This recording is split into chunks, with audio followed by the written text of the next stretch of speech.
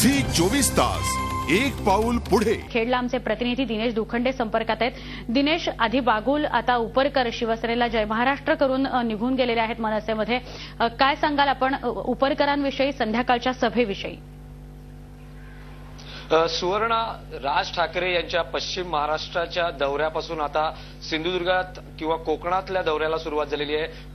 त्यांनी पश्चिम महाराष्ट्रातून आपल्या दौऱ्याला सुरुवात केली। कोल्हापूरमध्ये जाहीर सभा झाली। आज या दौऱ्यातली त्यांची दुसरी जाहीर सभा खेडमध्ये होते। खेडमध्ये एसटी स्टँडच्या बाजूला लागून असलेल्या मैदानावर आज सायंकाळी त्यांची सभा होते आहे। या सभेमध्ये शिवसेनेचे माजी आमदार परशुराम उपरकर मनसेमध्ये प्रवेश करणार आहेत। काल त्यांनी शिवसेनेला जय महाराष्ट्र केलेला आहे आणि आज ते संध्याकाळी राज ठाकरे यांच्या उपस्थितीत मनसेमध्ये प्रवेश करतील। आपण जर बघितलं तर 2 दिवसापूर्वी राज ठाकरे यांचं सिंधुदुर्गात आगमन झाल्यानंतर त्यांनी या ठिकाणची परिस्थिती जाणून घेतली।